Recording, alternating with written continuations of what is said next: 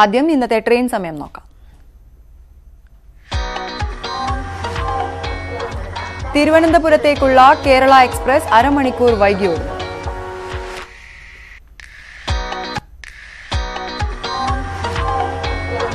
Chennai Alappuzha express 1 മണിക്കൂർ 5 minute വൈകി ഓടും.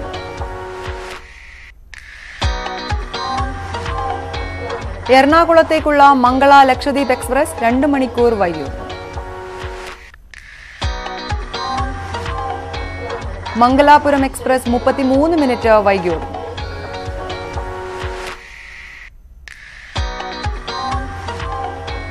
മംഗലാപുരത്തേക്കുള്ള മലബാർ എക്സ്പ്രസ് അരമണിക്കൂർ വൈകി ഓടും. തൊഴിലവസരങ്ങൾ നോക്കാം. ജില്ലാ പഞ്ചായത്തിൽ പ്രവർത്തിക്കുന്ന human resource and IT skill development സെന്ററിൽ ഈ മാസം 15-ന് ആരംഭിക്കുന്ന വിവിധ തൊഴിൽ പരിശീലന കോഴ്സുകളിലേക്ക് അപേക്ഷ ക്ഷണിച്ചു.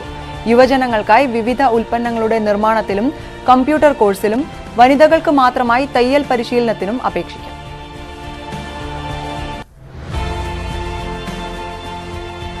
മുനിസിപ്പൽ കോമൺ സർവീസിൽ ജൂനിയർ ഹെൽത്ത് ഇൻസ്പെക്ടർ ഗ്രേഡ് 2 തസ്തികയുടെ ചുരുക്കപ്പട്ടികയിൽ ഉൾപ്പെട്ടവർക്കുള്ള അഭിമുഖം 13 മുതൽ 29 വരെയുള്ള തീയതികളിൽ PSCയുടെ വിവിധ ഓഫീസുകളിൽ നടത്തും.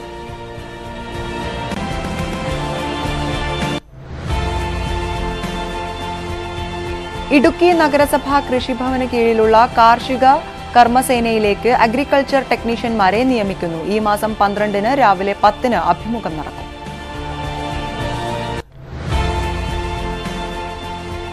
കേരള സ്റ്റേറ്റ് ലൈബ്രറി കൌൺസിലിൽ കാസർഗോഡ്, തിരുവനന്തപുരം ജില്ലകളിലേക്ക് പേഴ്സണൽ അസിസ്റ്റന്റ് തസ്തികയിലേക്ക് ഓരോ ഒഴിവുകളിലേക്ക് 1 വർഷത്തെ കരാർ നിയമനത്തിന് അപേക്ഷ ക്ഷണിച്ചു. SSLC ആണ് യോഗ്യത. ടൈപ്പ് റൈറ്റിംഗിൽ ഇംഗ്ലീഷ് ഹയറും മലയാളം ലോവറും, വേർഡ് പ്രോസസിംഗ് ഇംഗ്ലീഷും മലയാളം ഷോർട്ട് ഹാൻഡും അറിഞ്ഞിരിക്കണം. അപേക്ഷകൾ മാർച്ച് 25-നകം ലഭിക്കും. ഫയർ ആൻഡ് റെസ്ക്യൂ വകുപ്പ് ഹോംഗാർഡ് തസ്തികയിൽ നിയമനം നടത്തുന്നു. താൽപര്യമുള്ളവർ മാർച്ച് 30-നകം Ernakulam fire and rescue services ജില്ലാ ഓഫീസിൽ അപേക്ഷ നൽകണം. അപേക്ഷാ ഫോറത്തിന്റെ മാതൃകയും കൂടുതൽ വിവരങ്ങളും Ernakulam fire and rescue services ജില്ലാ ഓഫീസിൽ നിന്നും ലഭിക്കും. ഗതാഗത നിയന്ത്രണം നോക്കാം. കണ്ണൂർ കക്കര കൂരാറ മാക്കൂൽ പീടിക റോഡ് നവീകരണ പ്രവൃത്തിയുടെ ഭാഗമായി ചടാൽപ്പുഴ പാലത്തിന് സമീപം കലുങ്കിന്റെയും കവുങ്ങുംവള്ളിക്ക് സമീപമുള്ള കലുങ്കിന്റെയും പുനർനിർമ്മാണ പ്രവൃത്തികൾ നടക്കുന്നതിനാൽ ഇതുവഴിയുള്ള വാഹന ഗതാഗതം ഏപ്രിൽ 30 വരെ ഭാഗികമായി തടസ്സപ്പെടും. KSEB അറിയിപ്പുകൾ. പത്തനംതിട്ട ജില്ലയിൽ ഐക്കര ജംഗ്ഷൻ, അയ്യൻകോയിക്കൽ, തറയിൽമുക്ക്, കച്ചേരിപ്പടി, കോഴിപ്പാലം എന്നിവിടങ്ങളിൽ 9 മുതൽ 5 വരെ ഭാഗികമായി വൈദ്യുതി മുടങ്ങും.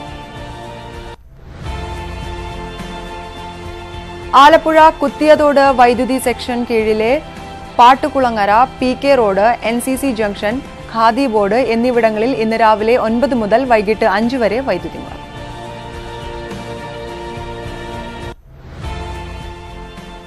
നാടെങ്ങും ജലക്ഷാമം.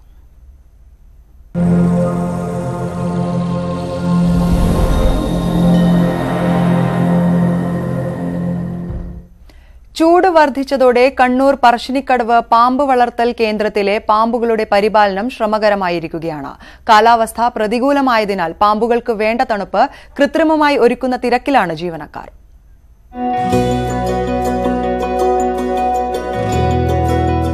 പറശ്ശിനിക്കടവ് കേന്ദ്രത്തിലെ ഈ പ്രമുഖന് ചൂട് ഒട്ടും താങ്ങാനാകുന്നില്ല. 20 ഡിഗ്രിയിൽ ജീവിക്കാൻ ഇഷ്ടപ്പെടുന്ന രാജവെമ്പാലകൾക്ക് ഈ വേനൽ നരകതുല്യമാണ്. കേന്ദ്രത്തിലെ പാമ്പുകളെ ചൂടിൽ നിന്ന് രക്ഷിക്കാനുള്ള തീവ്ര ശ്രമത്തിലാണ് ഇപ്പോൾ ഇവിടുത്തെ ജീവനക്കാർ. കൂടുകളിലെ ജീവികൾക്കൊക്കെ വെള്ളം ആവശ്യത്തിന് കുടിക്കേണ്ടത് കൂടാതെ കൊണ്ട് തന്നെ ചെറിയ ജലാശയം പോലെയുള്ള രീതിയിൽ ആർട്ടിഫിഷ്യലായിട്ട് നമ്മൾ ഉണ്ടാക്കി കൊടുത്തിട്ടുണ്ട്. ഇപ്പോൾ കിങ് കോബ്രക്കൊക്കെ നമ്മൾ കൂട് തന്നെ നല്ല തണുപ്പുള്ള അന്തരീക്ഷമാണ്, ഇലകളും അതുപോലെ ഉണ്ട്. അതുപോലെ ജലാശയം തടാകമുണ്ട്. അപ്പോൾ ആ രീതിയിൽ 1-2 തവണ ഡെയിലി നനച്ചു കൊടുത്തിട്ടും മറ്റും അതിൻ്റെ തണുപ്പ് അഡ്ജസ്റ്റ് ചെയ്യുന്ന രീതിയിലാണ് നമ്മൾ ചെയ്യുന്നത്. നാട്ടിൻപുറത്ത് ചൂടുകാലത്ത് പാമ്പുകൾ മാളം വിട്ട് പുറത്തിറങ്ങുമെന്ന പൊതുഭീതിയുണ്ട്. എന്നാൽ അത്തരം ഭീതി അനാവശ്യമാണെന്ന് വിദഗ്ധർ പറയുന്നു. കൂടുതൽ തണുപ്പ് വരുമ്പോൾ ചൂടിലേക്കും, ചൂട് കൂടുമ്പോൾ തണുപ്പിലേക്കും വരാൻ സാധ്യതയുണ്ട്.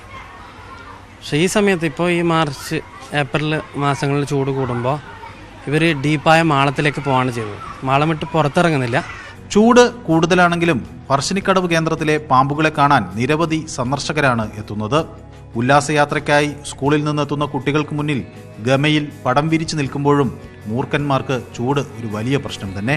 ക്യാമറമാൻ സുമേഷ് മോറാഴയ്ക്കൊപ്പം മനൂഭരത്, ന്യൂസ് 18 കണ്ണൂർ. വേനൽ കനത്തതോടെ കണ്ണൂരിലെ മലയോര ഗ്രാമങ്ങൾ കടുത്ത വരൾച്ചയിൽ. കൊടും വേനലിലും വറ്റാതെ ഒഴുകിയിരുന്ന തോടുകളും പുഴകളും വറ്റി വരണ്ടതോടെ കാർഷിക മേഖലയും തകർച്ചയിലാണ്. അടുത്ത കാലത്തൊന്നും കാണാത്ത തരത്തിലുള്ള വരൾച്ചയാണ് ഇക്കുറി മലയോര മേഖല അഭിമുഖീകരിക്കുന്നത്. തോടുകളും പുഴകളും വറ്റിവരണ്ടതോടെ കിണറുകളിലെ ജലനിരപ്പ് താഴ്ന്നു. ജലസേചനം നിലച്ചു. കാർഷിക വിളകൾ കരിഞ്ഞുണങ്ങി. പുഴയോരത്തെ സസ്യസമ്പത്ത് പോലും നശിച്ചു.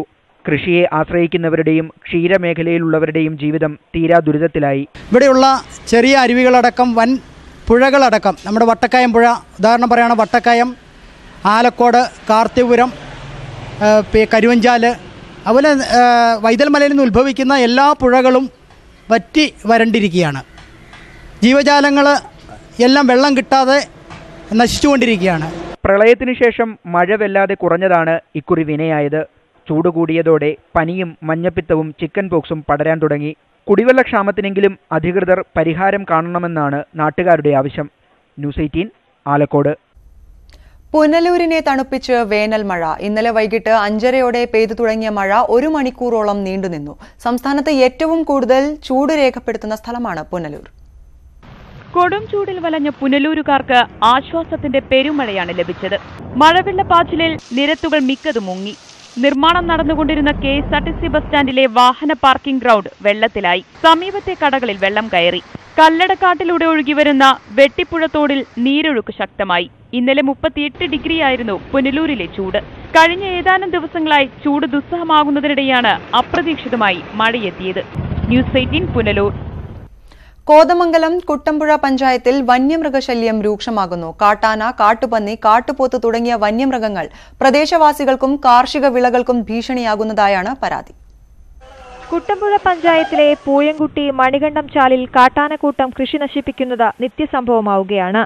കപ്പ, വാഴ, തെങ്ങ്, റബ്ബർ, കമുക് എന്നിവ വന്യമൃഗശല്യം മൂലം കൃഷി ചെയ്യാൻ പറ്റാത്ത അവസ്ഥയാണെന്ന് പ്രദേശവാസികൾ പറയുന്നു.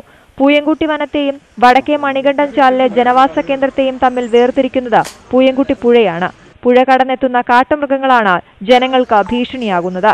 അതിർത്തിയിലെ ഫെൻസിംഗ് സംവിധാനം തകരാറിലായതോടെ യാതൊരു തടസ്സങ്ങളുമില്ലാതെയാണ് വന്യജീവികൾ കാടിറങ്ങുന്നത്. ഇത് പല പ്രാവശ്യമായിട്ട് ഫുൾ എല്ലാ ദിവസവും വേനൽക്കാലം ആകുമ്പോഴത്തേക്കും എല്ലാ ദിവസങ്ങളിലും ആന ഇങ്ങനെ വരുന്നതാണ്. അപ്പോൾ എന്തെങ്കിലും ഒരു തീരുമാനം കിട്ടണം, അതാണ് നമ്മുടെ ആവശ്യം. വന്യമൃഗശല്യം രൂക്ഷമായിട്ടും അധികൃതർ കണ്ടമട്ടില്ല. നിരവധി തവണ പരാതി നൽകിയിട്ടും പ്രയോജനമുണ്ടായില്ലെന്നും പ്രദേശവാസികൾ പറയുന്നു. കൃഷിനാശം നശിപ്പിക്കലും റബ്ബർ, തെങ്ങ്, കവുങ്ങ്, വാഴ ഇതൊക്കെയാണ് ഏറ്റവും കൂടുതൽ നശിപ്പിക്കുന്നത്. പിന്നെ അതുപോലെ തന്നെ ഫെൻസിങ് ഇവിടെ പോയി കിടക്കുകയാണ്. രാത്രിയിൽ ഭയത്തോടെയാണ് കിടന്നുറങ്ങുന്നതെന്ന് വീട്ടമ്മമാർ. കൃഷിയൊക്കെ ചെയ്യുമ്പോൾ എന്തേരം കളഞ്ഞ് അതിന് എല്ലാം കൊടുക്കുന്നുണ്ട്. അതിന് കാശുമില്ല, ഫണ്ടുമില്ല, ഒന്നുമില്ല. ഞങ്ങൾ പച്ചവെള്ളം കുടിച്ചുണ്ടാക്കിയ മുതലായി കിടക്കുന്നത്. ന്യൂസ് 18 കോതമംഗലം. താമരശ്ശേരി ചുരത്തിന്റെ ബദൽ റോഡ് നിർമ്മിക്കാൻ കൊങ്കൺ റെയിൽവേ കോർപ്പറേഷൻ അധികൃതരുടെ സന്ദർശനം. കോഴിക്കോട്, വയനാട് ജില്ലകളിൽ ഉൾപ്പെട്ട പ്രദേശങ്ങൾ സന്ദർശിച്ച സംഘം വിശദമായ പ്രൊജക്ട് റിപ്പോർട്ട് തയ്യാറാക്കും. DPRന് അനുമതി ലഭിച്ചാൽ 42 മാസത്തിനകം തുരങ്കപാതയുടെ പ്രവൃത്തി പൂർത്തീകരിക്കാനാവുമെന്ന് deputy chief engineer M. Mohan പറഞ്ഞു. കോഴിക്കോട്, വയനാട് ജില്ലകളെ ബന്ധിപ്പിക്കുന്ന ബംഗളൂരു ദേശീയപാതയിലെ താമരശ്ശേരി ചുരത്തിൽ ഗതാഗത തടസ്സം പതിവായതോടെയാണ് ബദൽ റോഡ് വീണ്ടും ചർച്ചയായത്. സർക്കാർ നിർദ്ദേശപ്രകാരം സ്വകാര്യ കമ്പനി നടത്തിയ പഠനത്തിൽ തിരുവമ്പാടി പഞ്ചായത്തിലെ ആനക്കാംപൊയിൽ മറിപ്പുഴയിൽ നിന്ന് വയനാട് ജില്ലയിലെ കള്ളാടിയിലേക്ക് ബദൽ റോഡ് നിർമ്മിക്കാമെന്ന് കണ്ടെത്തിയിരുന്നു. വനഭൂമി ഒഴിവാക്കാൻ കോടഞ്ചേരി പഞ്ചായത്തിലെ സ്വർഗം കുന്നിൽ നിന്ന് കള്ളാടി വരെ തുരങ്കപാത നിർമ്മിക്കാമെന്നായിരുന്നു കമ്പനിയുടെ നിർദ്ദേശം. LDF സർക്കാരിന്റെ ആദ്യ ബജറ്റിൽ തുക വകയിരുത്തിയതോടെയാണ് തുരങ്കപാതയ്ക്കുള്ള നീക്കങ്ങൾക്ക് വേഗത കൂടിയത്. തുരങ്കപാതയുടെ വിശദമായ പ്രോജക്ട് റിപ്പോർട്ട് തയ്യാറാക്കുന്നതിനും നിർമ്മാണത്തിനും കൊങ്കൺ റെയിൽവേ കോർപ്പറേഷൻ ലിമിറ്റഡിനെ ചുമതലപ്പെടുത്തി കഴിഞ്ഞ മാസം സർക്കാർ ഉത്തരവിറക്കിയിരുന്നു. ആദ്യഘട്ട പരിശോധനകൾക്കാണ് corporation deputy chief engineer M. Mohan, senior section engineer Muraleedharan എന്നിവർ പദ്ധതി പ്രദേശത്തെത്തിയത്. 4 മാസത്തിനകം വിശദമായ പ്രോജക്ട് റിപ്പോർട്ട് തയ്യാറാക്കി സർക്കാരിന് സമർപ്പിക്കും. കൊങ്കൺ റെയിൽവേ കോർപ്പറേഷൻ അതിൻ്റെ വിശദമായ പഠനം ഉടനെ ആരംഭിക്കും. 4 മാസം കൊണ്ട് DPR തയ്യാറാക്കാമെന്നാണ് അവർ സമ്മതിച്ചിട്ടുള്ളത്. ചിലപ്പോൾ അല്പം നീണ്ടു എന്നെല്ലാം വരാം, കാലാവസ്ഥയും എല്ലാം കണക്കിലെടുത്തുകൊണ്ട്. ഏതായാലും 4 മാസം എന്നുള്ള പീരീഡാണ് ഇപ്പോൾ നമ്മളെ മുമ്പിലുള്ളത്. എല്ലാവിധ സാങ്കേതിക വിദ്യകളും പ്രയോജനപ്പെടുത്തി ആവശ്യമായ പരിശോധനകൾ നടത്തിയാണ് DPR തയ്യാറാക്കുക. വിനോദസഞ്ചാരികൾക്ക് ആവശ്യമായ സൗകര്യങ്ങൾ കൂടി ഇതിൽ ഉൾപ്പെടുത്താനാകുമെന്നും KRCL സംഘം പറഞ്ഞു. DPR അപ്രൂവ് ചെയ്ത് കഴിഞ്ഞാൽ ഒരു 38-42 മാസത്തിനകം ടണൽ വർക്ക് തീർക്കാം എന്നാണ് ഞങ്ങൾ മനസ്സിലാക്കുന്നത്. ആ ടണലും അപ്രോച്ച് റോഡും ആ പാലവും കൊങ്കൺ റെയിൽവേ ചെയ്യാം. ബാക്കി റോഡിൻ്റെ ആധികാരിക PWDക്കാണ്, അവർക്കാണ് അത് കുറച്ചുകൂടെ ചെയ്യാൻ എന്നാണ് ഞങ്ങളുടെ അഭിപ്രായം. 16 കിലോമീറ്റർ റോഡിൽ 6.5 കിലോമീറ്ററാണ് 2 വരിയിൽ തുരങ്കം നിർമ്മിക്കേണ്ടത്. കൂടാതെ ഇരുവഞ്ഞിപ്പുഴയ്ക്ക് കുറുകെ പാലവും നിർമ്മിക്കും. ന്യൂസ് 18 താമരശ്ശേരി. കണ്ണൂർ ആലക്കോട് ഒറ്റത്തൈയിൽ കുറിഞ്ഞിപ്പൂത്തു. പശ്ചിമഘട്ട മലനിരകളിൽ കാണുന്ന കുറിഞ്ഞിപ്പൂക്കൾ സ്വന്തം തൊടിയിൽ ഒരുക്കാൻ സാധിച്ചതിന്റെ സന്തോഷത്തിലാണ് വിനോദ് എന്ന യുവ കർഷകൻ. പശ്ചിമഘട്ട മലനിരകളിൽ ചോലവനങ്ങളിലെ പുൽമേടുകളിലാണ് കുറിഞ്ഞികൾ വളരുന്നത്. തന്റെ വീടിരിക്കുന്ന മലയോരത്ത് ഒരു പരീക്ഷണമെന്ന നിലയിലാണ് വിനോദ് ചെടി നട്ടത്. 16 വർഷം മുമ്പ് മൂന്നാറിൽ നിന്ന് കൊണ്ടുവന്ന കുറിഞ്ഞിച്ചെടികളാണ് പൂത്തത്. വേനൽ കനത്തതോടെ കുറിഞ്ഞികൾ പൂക്കാൻ തുടങ്ങി. നീലക്കുറിഞ്ഞിക്കാണ് സൗന്ദര്യം കൂടുതലെങ്കിലും മറ്റു വർണ്ണങ്ങളിലുള്ളവയും ഒട്ടും പിന്നിലല്ല. ഇതിലും 16 വർഷത്തിന് ശേഷം പൂത്തപ്പോൾ വളരെ സന്തോഷമായി. ഓഗസ്റ്റ് മാസത്തിൽ പൂ വിരിഞ്ഞു തുടങ്ങി. ഇപ്പോഴും മാർച്ച് മാസം വരെ പൂ നിൽക്കുന്നത് അതിശയമാണ്. ഇപ്പോൾ ഏകദേശം ചെടി മുഴുവൻ തന്നെ പൂവായിക്കൊണ്ടിരിക്കുന്നു. കുറഞ്ഞ ചെടികൾ കൂടെ മാത്രമേ പൂവാകാനുള്ളൂ. മലയോര ഗ്രാമത്തിലും കുറിഞ്ഞിച്ചെടികൾ വളരുകയും പൂക്കുകയും ചെയ്യുമെന്നതിന് തെളിവാണ് വിനോദിന്റെ വീട്ടുമുറ്റത്തെ ഈ മനോഹര കാഴ്ച. കുറിഞ്ഞി പൂത്തതറിഞ്ഞ് കൗതുകത്തോടെ എത്തുന്നവർ നിരവധി. ന്യൂസ് 18 ആലക്കോട്. കൊട്ടാരക്കര സദാനന്ദപുരം തെറ്റിയോട് പാടശേഖരത്തിൽ കൊയ്ത്തുത്സവം നടന്നു. വെട്ടിക്കവല ബ്ലോക്ക് പഞ്ചായത്തിന്റെ നേതൃത്വത്തിലായിരുന്നു കൃഷി. സദാനന്ദപുരം കൃഷ്ണഭവന്റെ ആഭിമുഖ്യത്തിലായിരുന്നു വിളവെടുപ്പ്. 5 ഏക്കർ പാടശേഖരത്ത് നെൽകൃഷിക്ക് പുറമെ പച്ചക്കറി വിളവെടുപ്പും നടന്നു. ദേശീയ ഗ്രാമീണ തൊഴിലുറപ്പ് പദ്ധതിയുടെയും പഞ്ചായത്തിന്റെയും കൃഷിഭവന്റെയും നേതൃത്വത്തിൽ നമ്മൾ പൂർണ്ണമായി സഹായം നൽകി കർഷകർക്ക് തന്നെ ഇത് വിളവ് എടുക്കുവാനും വിള ഉൽപ്പാദിപ്പിച്ചുകൊണ്ട് വരും നാളുകളിൽ ഈ മേഖലയിൽ ഇവിടെ പൂർണ്ണമായി ഒരു കാർഷിക മേഖലയായി ഹരിതവിപ്ലവ സംവിധാനമായി ചെയ്യുവാനായിട്ടാണ് പ്രവർത്തനങ്ങൾ നടക്കുന്നത്. തരിശുനിലം കൃഷിക്ക് ഉപയുക്തമാക്കിയാണ് വിത്തെറിഞ്ഞത്. തെറ്റിയോട് പാടശേഖരത്തിലെ 2ാം ഘട്ട വിളവെടുപ്പാണ് ഇപ്പോൾ നടന്നത്. ഗ്രാമീണ തൊഴിലുറപ്പ് തൊഴിലാളികളാണ് വിളവെടുപ്പിന് നേതൃത്വം നൽകിയത്. വ്യാപകമായ പിന്തുണ വീണ്ടും കൃഷി ചെയ്യാനുള്ള പ്രചോദനമായെന്ന് കർഷകർ പറഞ്ഞു. ന്യൂസ് 18 കൊട്ടാരക്കര. ഇനി കാർഷിക കേരളം.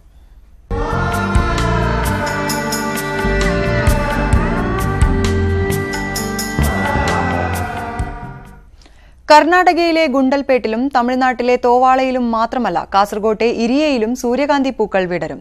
എണ്ണപ്പാറയിലെ കർഷകരാണ് ചെങ്കൽ ഖനനം നടന്ന സ്ഥലത്ത് സൂര്യകാന്തി കൃഷി നടത്തി നേട്ടം കൊയ്യുന്നത്. വർഷങ്ങൾക്ക് മുൻപ് വരെ ചെങ്കൽക്കുഴിയായിരുന്ന പ്രദേശത്താണ് സൂര്യകാന്തി പൂക്കൾ വിടർന്നത്. 3 ഏക്കർ വരുന്ന സ്ഥലത്ത് വിരിഞ്ഞു നിൽക്കുന്ന സൂര്യകാന്തികൾ കാഴ്ചക്കാർക്ക് കുളിർമ പകരുന്നു. കർഷകനായ സുഗുവാണ് സൂര്യകാന്തി കൃഷിയിൽ വിജയം കൊയ്തത്. നോക്കാൻ വേണ്ടിയിട്ട് കഴിഞ്ഞ 2 കൊല്ലം മുമ്പേ ഞാൻ മല്ലികാണ് നല്ലതായിരുന്നു. അത് കുറച്ച് നട്ടത് കൃഷിയാണ്. കൃഷി പണ്ടേ ഉണ്ട്. അപ്പോൾ ഇറക്കാൻ വേണ്ടി മണ്ണെല്ലിറക്കിയാണ് പാറൊക്കെ ആക്കിയത്. അത് നെൽകൃഷി ആക്കിയ പണയിൽ വിജയിച്ചത്. ഇരിയ എണ്ണപ്പാറ 7ാം മൈൽ പാതയിലൂടെ പോകുന്ന ഏതൊരാളെയും സുഗുവിന്റെ കൃഷിയിടത്തിലെ സൂര്യകാന്തി പൂക്കൾ ആകർഷിക്കും. തേനീച്ച വളർത്തലിലും പച്ചക്കറി കൃഷിയിലും സജീവമാണ് ഈ കർഷകൻ. ന്യൂസ് 18 കാസർഗോഡ്. തീവ്രവാദി ആക്രമണത്തിൽ കൊല്ലപ്പെട്ട CRPF ജവാനെ കൊട്ടാരക്കര വെട്ടിക്കവലയിൽ അനുസ്മരിച്ചു. വെട്ടിക്കവല ഗവൺമെന്റ് സ്കൂളിൽ നടന്ന ചടങ്ങിൽ CRPF നൽകിയ മെമന്റോ കുടുംബാംഗങ്ങൾ ഏറ്റുവാങ്ങി. ജവാന്റെ ഓർമ്മയ്ക്കായി പട്ടണത്തിൽ ശിലാഫലകം സ്ഥാപിക്കും.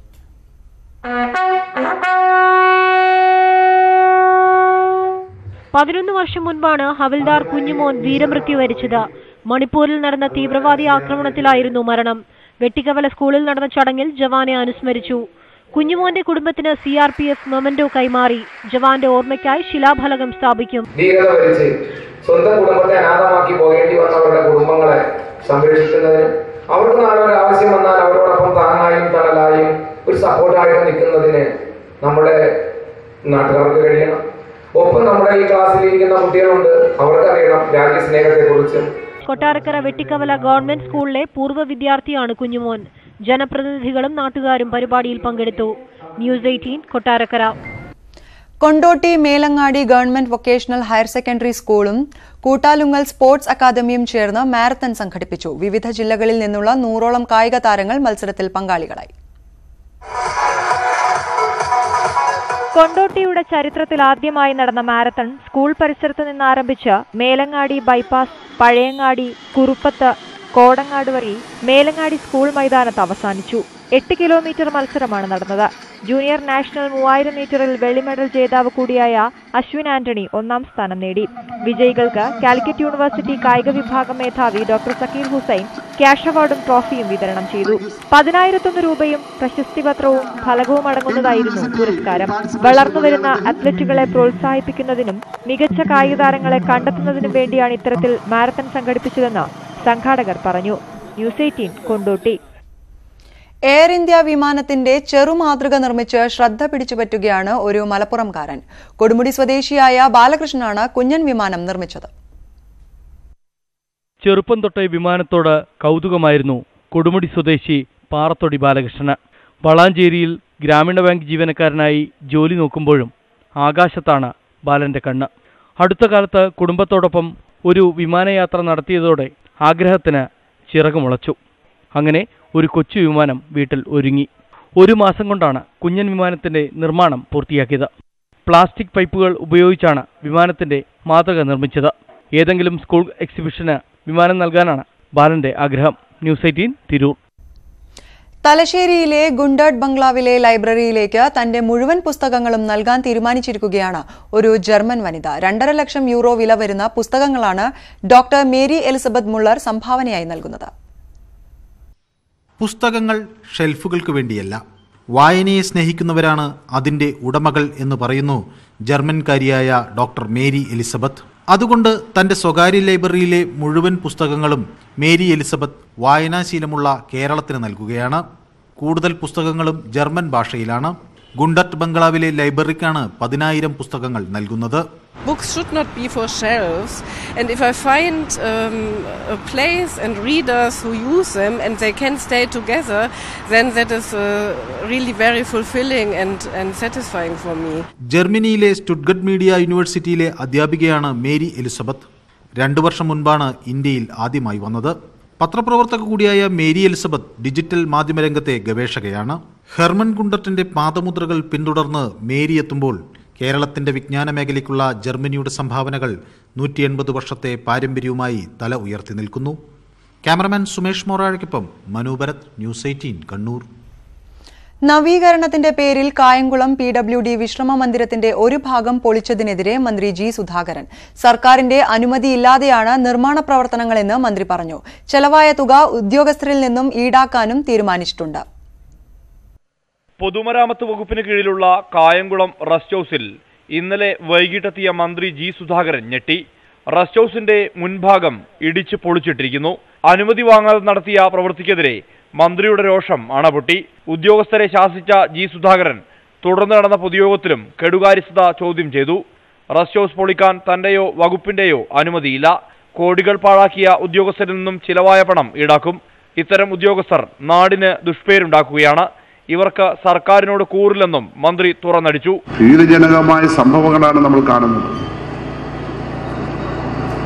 ഒരു കൂറും ഈ നാടിനോടോ ജനങ്ങളോടോ ഖജനാവിനോടോ സർക്കാരിനോടോ ഇല്ലാതെ ഖജനാവ് നശിപ്പിക്കുന്ന, നാടിന് ദുഷ്പേരുണ്ടാക്കുന്ന പല ഉദ്യോഗസ്ഥന്മാരും അവിടെ ഇവിടെയൊക്കെ ഇപ്പോഴും ഉണ്ടെന്നാണ് ഇത് കാണിക്കുന്നത്. 1 വർഷം മുമ്പാണ് 2 കോടി രൂപ മുടക്കി റെസ്റ്റ് ഹൌസ് നവീകരിച്ചത്. വീണ്ടും നവീകരണത്തിന്റെ പേരിൽ കെട്ടിടം പൊളിച്ച സാഹചര്യത്തിൽ ഉദ്യോഗസ്ഥരുടെ യോഗം വിളിക്കാനും തീരുമാനിച്ചിട്ടുണ്ടെന്ന് മന്ത്രി പറഞ്ഞു. ന്യൂസ് 18 കായംകുളം. കീഴുപറമ്പ് ഗ്രാമപഞ്ചായത്ത് പരിരക്ഷാ സ്നേഹസംഗമം വേറിട്ട കാഴ്ചയായി. രോഗികളോടൊപ്പം ജനപ്രതിനിധികളും നാട്ടുകാരും ആടിയും പാടിയും സന്തോഷം പങ്കിട്ടു. കനിവിന്റെ സഹകരണത്തോടെയായിരുന്നു പരിപാടി.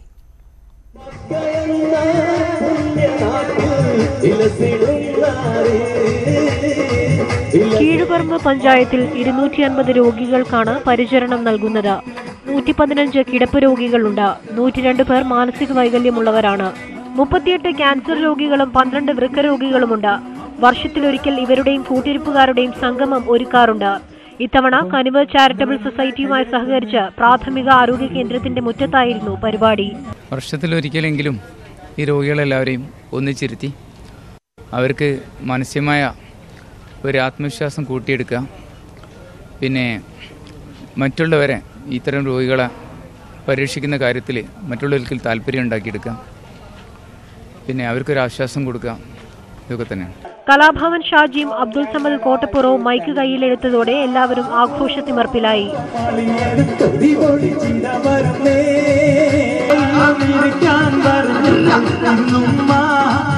ചടങ്ങ് കൊണ്ടോട്ടി ബ്ലോക്ക് പഞ്ചായത്ത് പ്രസിഡന്റ് പറമ്പൻ ലക്ഷ്മി ഉദ്ഘാടനം ചെയ്തു. ന്യൂസ് 18 അരീക്കോട്. ആദിവാസികളുടെ ആരോഗ്യ സംരക്ഷണത്തിനായി ഇടമലക്കുടിയിൽ പ്രാഥമിക ആരോഗ്യ കേന്ദ്രം ഒരുങ്ങുന്നു. കെട്ടിടത്തിന്റെ നിർമ്മാണം അവസാന ഘട്ടത്തിലാണ്. ആശുപത്രിയുടെ പ്രവർത്തനം ഉടൻ ആരംഭിക്കുമെന്ന് ആരോഗ്യവകുപ്പ് അധികൃതർ പറഞ്ഞു. സംസ്ഥാനത്തെ ആദ്യ ഗോത്രവർഗ പഞ്ചായത്തായ ഇടമലക്കുടിയിലെ ആദിവാസികൾ 60 കിലോമീറ്റർ അകലെയുള്ള ദേവികുളം PHCയെയാണ് നിലവിൽ ആശ്രയിക്കുന്നത്. ഇടമലക്കുടിയിൽ 2012 പ്രാഥമിക ആരോഗ്യ കേന്ദ്രം അനുവദിച്ചെങ്കിലും നിർമ്മാണം പാതി വഴിയിൽ നിലച്ചു. വനം വകുപ്പും ആരോഗ്യവകുപ്പും തമ്മിലുള്ള തർക്കത്തെ തുടർന്നാണ് ആശുപത്രി നിർമ്മാണം നീണ്ടുപോയതെന്നാണ് വിമർശനം. 8 മാസം മുൻപാണ് വകുപ്പുകൾ തമ്മിലുള്ള തർക്കങ്ങൾ പരിഹരിച്ച് ഏറ്റെടുത്ത സ്ഥലത്ത് കെട്ടിട നിർമ്മാണം ആരംഭിച്ചത്. നിലവിൽ നിർമ്മാണ പ്രവർത്തനങ്ങൾ അവസാന ഘട്ടത്തിലാണ്. ഒരു പ്രാഥമികാരോഗ്യ കേന്ദ്രത്തിന് വേണ്ടിയിട്ടുള്ള എല്ലാ രീതിയിലും എല്ലാ സജ്ജീകരണങ്ങളും ഉള്ള രീതിയിലാണ് നമ്മുടെ ആശുപത്രി ഡിസൈൻ ചെയ്തിരിക്കുന്നത്. അതിന് വേണ്ടിയിട്ടുള്ള ആവശ്യമായിട്ടുള്ള പ്രാഥമികാരോഗ്യത്തിന് വേണ്ടിയുള്ള പോസ്റ്റുകളും സാങ്ഷൻ ആയിട്ടുണ്ട്. പ്രസവ ശുശ്രൂഷ അടക്കം എല്ലാവിധ സൗകര്യങ്ങളോടും കൂടി നിർമ്മിക്കുന്ന ആശുപത്രിയിൽ 1,20 ലക്ഷം രൂപയാണ് വകയിരുത്തുന്നത്. 1 കോടി രൂപ ആരോഗ്യവകുപ്പും 20 ലക്ഷം പഞ്ചായത്തുമാണ് ചെലവാക്കുന്നത്. എത്രയും വേഗം നിർമ്മാണം പൂർത്തീകരിച്ച് ആശുപത്രി ജനങ്ങൾക്കായി തുറന്നു നൽകുകയാണ് ലക്ഷ്യമെന്ന് അധികൃതർ പറഞ്ഞു. ന്യൂസ് 18 ഇടുക്കി. ഇടുക്കി അടിമാലി ഇരുമ്പ് പാലത്ത് പൊതു ശൌചാലയം വേണമെന്ന് നാട്ടുകാർ. ആവശ്യത്തിന് വർഷങ്ങളുടെ പഴക്കമുണ്ടെങ്കിലും നാളിതുവരെ നടപ്പിലാകാത്ത സാഹചര്യത്തിലാണ് നാട്ടുകാർ അധികൃതരുടെ അനാസ്ഥയ്ക്കെതിരെ രംഗത്ത് വരുന്നത്. അടിമാലി ഗ്രാമപഞ്ചായത്തിലെ പ്രധാന ടൗണുകളിൽ ഒന്നാണ് ഇരുമ്പുപാലം. 100 കണക്കിന് വ്യാപാര സ്ഥാപനങ്ങളും വാഹനങ്ങളും ഇരുമ്പുപാലം ടൗണിൽ മാത്രമുണ്ട്.